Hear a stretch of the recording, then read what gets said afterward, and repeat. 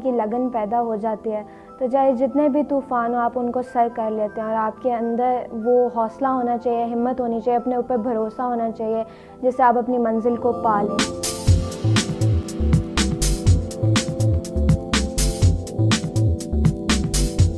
کتاب پر نظریں جمائے بیٹھی یہ ہے سنیا ناصر، جس کی زندگی کا مقصد اپنے والدین اور وطن کا نام بلند کرنا ہے۔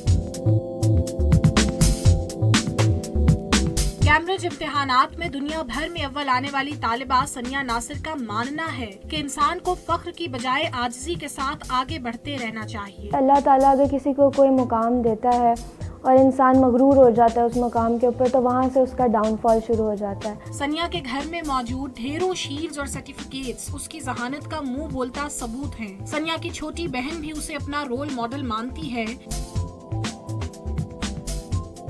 سنیا جیسی بیٹی سے مجھے نوازا جس نے نہ صرف اپنے ملک کا نام روشن کیا بلکہ پوری دنیا میں عزت کمائی۔